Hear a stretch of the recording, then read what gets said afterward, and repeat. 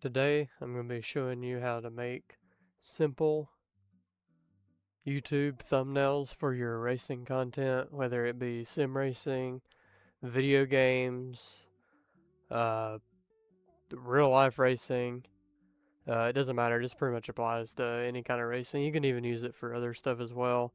All of this will be done in Canva. It's a really simple design. Uh, Here's a few thumbnails that I've done as an example.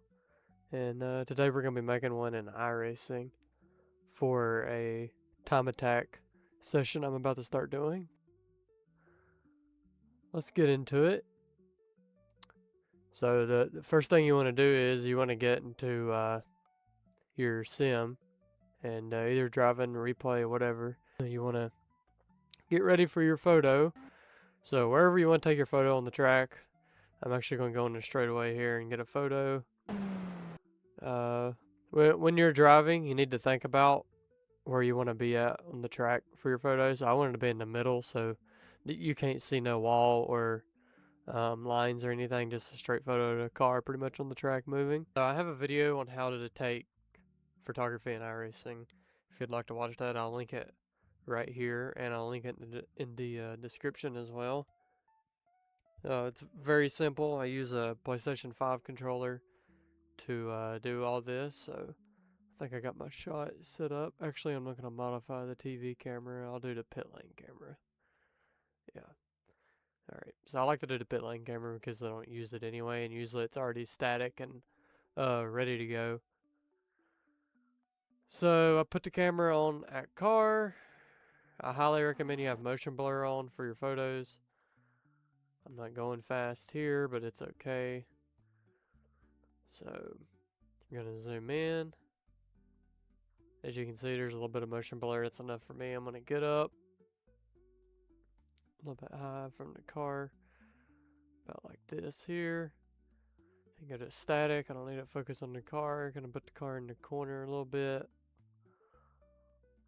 Roll the camera. And I think that looks pretty decent right there. So the reason why I kind of have it at a corner is because I want to leave this area over here for words. And up here at the top, you want to kind of leave somewhere open. You don't have to. There's many different ways you can take photos. I mean, you can put it in the middle and just put your words somewhere else. But when you're doing a YouTube thumbnail, we're not trying to really uh, make the words small. You kind of want them big because most people are going to be looking at this on their phone or computer and the thumbnail's small. So you want to grab their attention with big words on the screen. So right here, I'm going to take my screenshot. Now once you got your screenshot, you can exit out of here or whatever. Open up Canva. But when you open up Canva, you want to go to create and you want to do YouTube thumbnail. This is the exact size as a YouTube thumbnail as it states. So this is what size you need. It's going to be full resolution and everything with this here.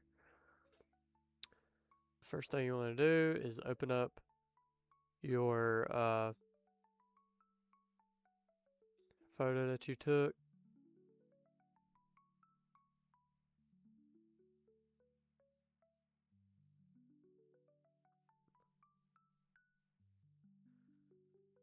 Usually I just click and drag them in here.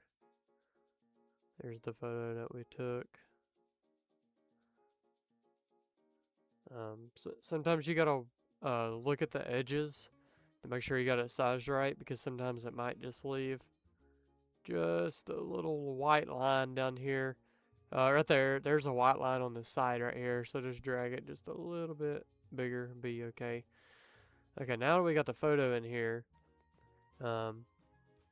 the first thing that I usually do is duplicate the photo and then line it up with the old one. Do the background remover. Background remover does a pretty good job usually at removing the background of the car and getting it right.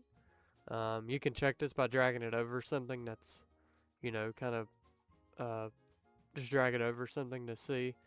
Like right here through the wings. or up under the mirrors, you want to really check those small parts to make sure that they are completely cut out. Because there is certain cars where it does mess up, but like 98% of the time it does okay. And even if it does mess up, you're not going to really notice it in a YouTube thumbnail. So we line it up on this car and just click and drag it on there. It kind of drags itself on there perfect. And now what you want to do is, well, actually first I'll show you why we do this. Let's say I want to put something, let's actually type something here. Let's say I want to go ahead and type in the car name. BMW. We'll go ahead and change the color so you can see it better. Okay, there it is, but we want it like this. Okay, well, it's over the car. Well, how do we get it up under the car? Well, this is why we duplicated the layer and cut it out and put it on top of the other one. So now we can put this up under the car by going to position, layers. This is like your layers if you're familiar with GIMP, Photoshop, or any of those softwares. They have a little sidebar that has your layers in it where you can drag stuff up under the layer or over it. It's not as complex or as good as Photoshop or GIMP, but it's okay. We're just doing simple designs. So now that you got your layer, your word that you want up under the car, you just drag it and put it up under the car. Now you can see it's up under the car. It's through the wing. And that's another reason why you need to look and make sure the background remover done its job and you don't have to remove the background, because if it wouldn't have completely deleted all this in the wing, you would just see a solid block right here blocking off the BMW. But yeah, there's that. So usually the first thing I go with is gradient. You can find that in elements. There's all kinds of gradients. If you just type in gradient, it'll pop up. Oops, got caps lock on. If you just type in gradient, it'll just pop up the simple ones where it's just like a color that fades. You can get more complex with gradients.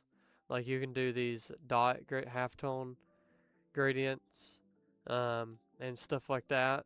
But usually I always do a black one to start off with and put it at the top, bottom corners or whatever. And I'll show you the reason why for that right now. We'll go ahead and put our text in here that we want to put down. I want to put in, I'm going to be doing time attack.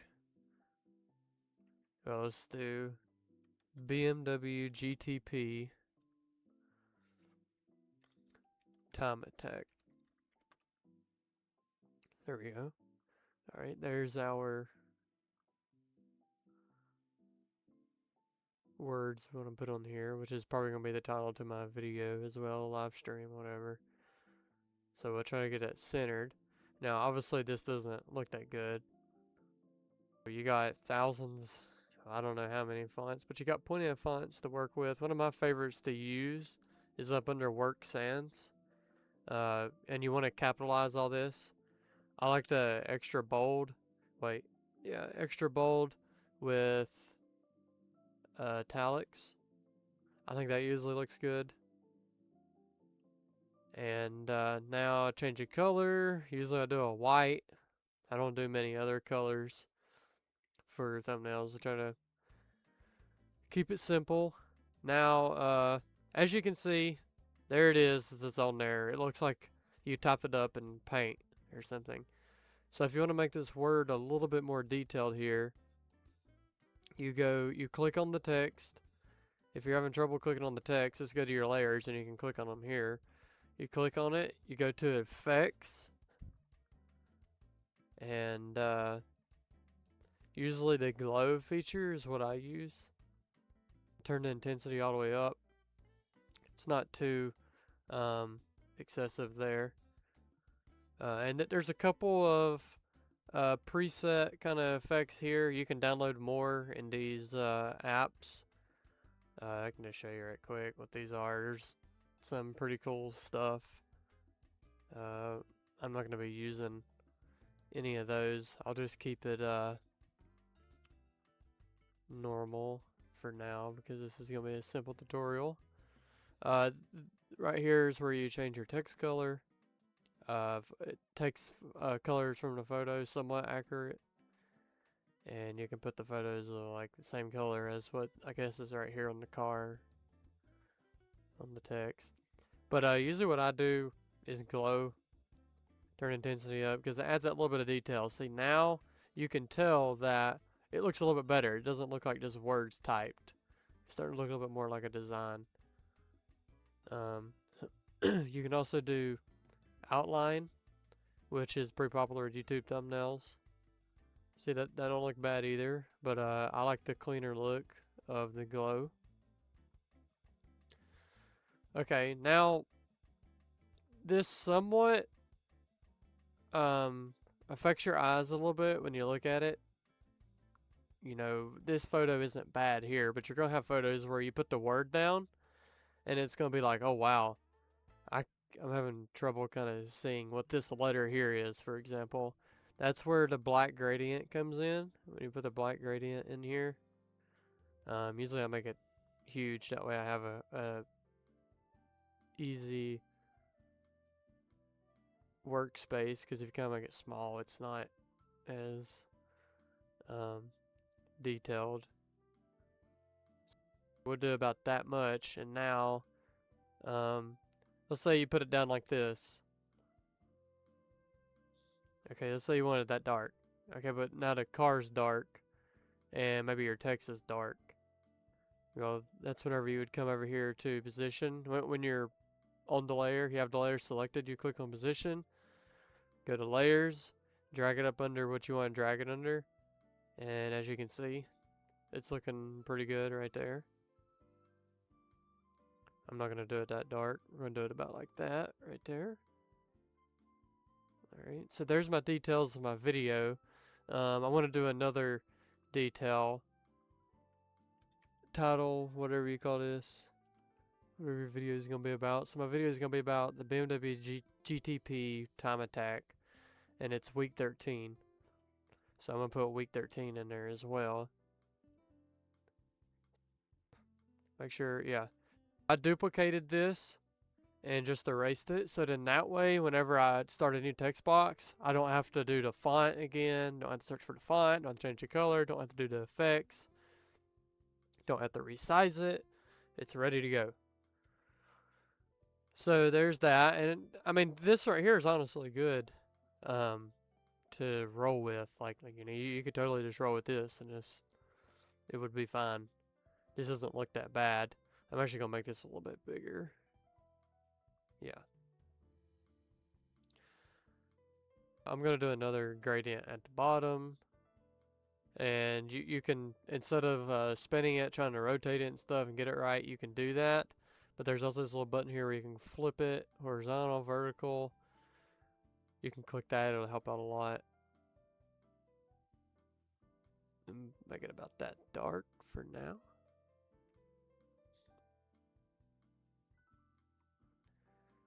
Okay, now we're going to get a little bit more detailed. I'm still going to keep it somewhat simple. This is really easy stuff.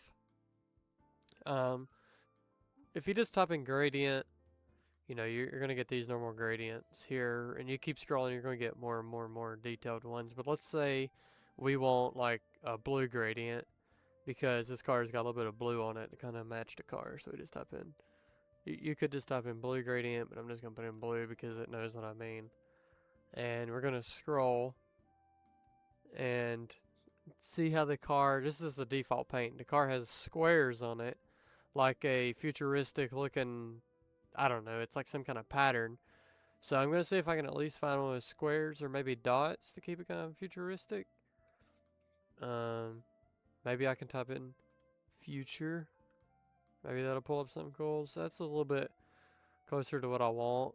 If I still can't find what I want, I can type in gradient blue squares, because that's what the car has on it. And it's getting closer to what I want. There we go. You can just click on it and check it out. Yeah, that's pretty much what I want. I want something like that, but I don't want this one. If you're looking for more, you can click on see more like this, or you can click on your magic recommendations, and usually this pops up after you've clicked on uh, one of these layers. It pops up some more similar ones like this, so we're going to see more like this, and here we go. Now we got more of these, well, that's 0 and 1s, we got more of these squares and stuff. And you can also look up what it's called. And it looks like this one's called Digital Pixel Grid Gradient. We can look up like this one's called Green Binary Code, which is, yeah, that's not what we want there. Let's see. Here we go. What is this? Okay, that's dots. We don't want dots. We want squares. So it looks like a lot of it's called digital. So we're going to type in digital. This is how you basically just find you narrow it down. You get your elements sorted down. There we go. That's kind of what I'm looking for, sort of. I want something a little bit more thick, I think.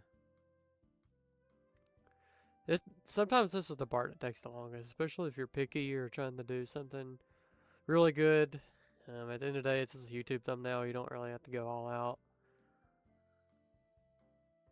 But, you know, you can do whatever you want.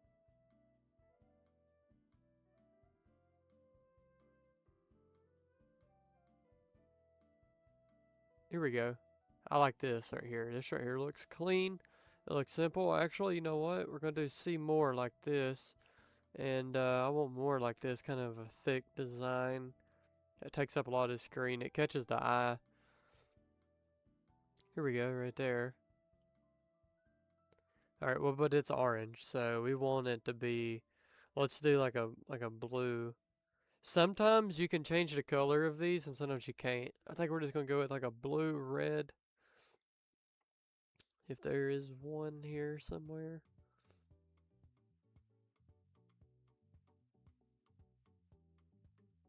We can just do this. It'll be alright. There's my squares I was wanting. I will make them a little bit bigger because I want them to be a little bit spread out.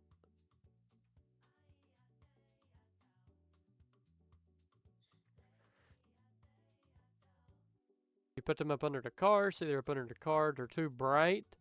And this is kind of one of those things where like your letters and stuff start interfering kind of with the background. It's kind of like, yeah, that's not the easiest to read, not super appealing to the eye. So you put it up under your gradient. There's one gradient. We'll put it up under the other one. And there you go. That don't look bad. Maybe the top one can be moved up a little bit. We'll leave it there. It's okay. All right. Now, maybe this bottom one can be moved up, darken that down. You can also turn down the opacity or transparency of the layers to help. Now that we got that, what else can we add? Is just a little detail. Well, you can go and you can find the logo. We're going to do the Irison logo. We're going to do PNG. That way we get a decent logo here. Let's do this one right here. This one looks good. We'll save it. Go back to Canva. Find our file, drag it in here. And it's going to start out blurry as first, and then it will fix itself. Now, actually, I don't want a black one. I didn't know if it'd let me change color or not, so I'm going to go back and try to find a white Irison logo. I know there's one right here. So we'll do this one.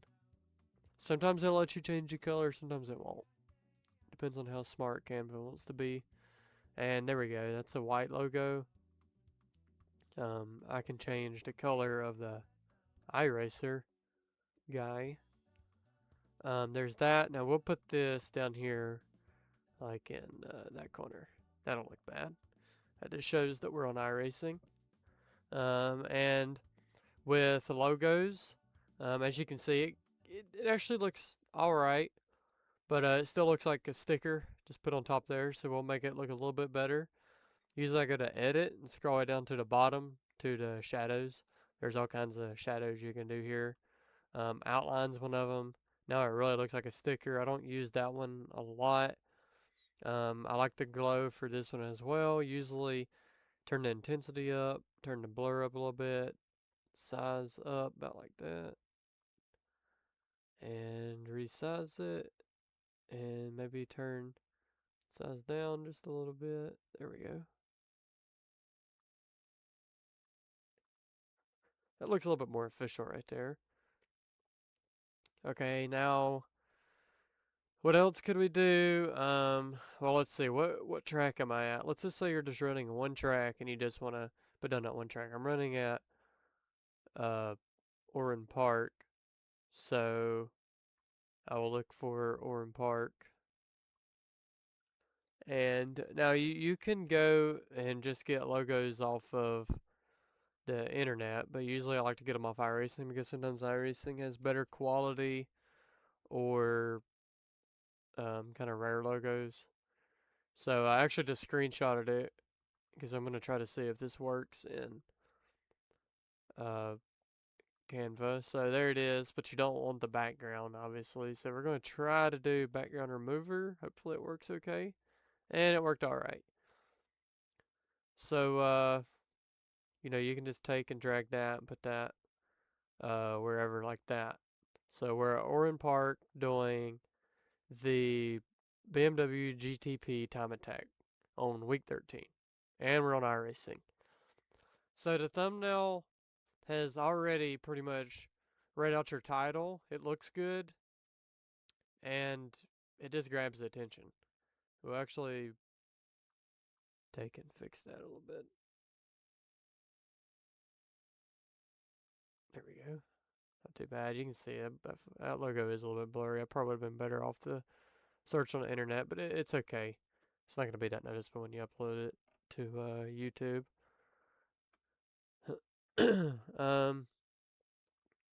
There's all kinds of stuff you can do with Canva. Like a lot of times these time attacks, I like to add a stopwatch just in the corner, and I mean whatever you type in, you're gonna get a bunch of results. You're gonna get videos and stuff, and this software is just really good for stuff like this or making flyers for events, and it's really simple. I think that is all.